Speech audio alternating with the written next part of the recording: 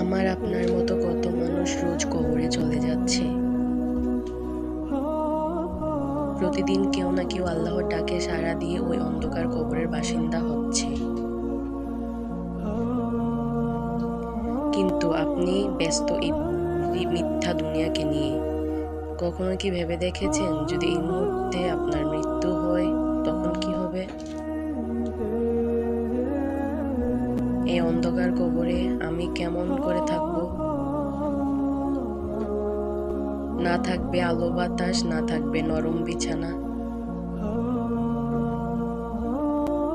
যেখানে শুধু বিষাক্ত পোকামাকড় এবং সাপ বিচ্ছুর আস্তানা।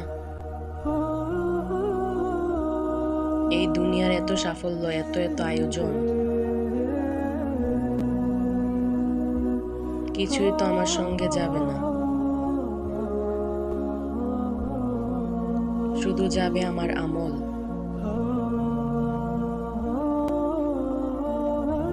এই মিথ্যে দুনিয়ার পেছনে ছুটতে ছুটতে হঠাৎ একদিন মালাকুল মাউত চলে আসবে আর রুহটা বের করে নিয়ে যাবে।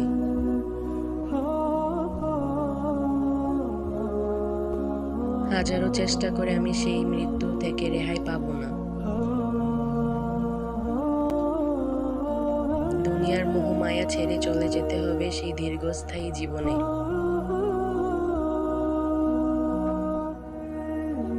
নিজের হিসাব নিকাশ নিজেকেই দিতে হবে। তাই বলছি, এই মিথ্যে দুনিয়াকে আঁকড়ে না ধরে আখিরাতের জন্য নিজেকে তৈরি করুন। ফিরে আসুন রবের দিকে।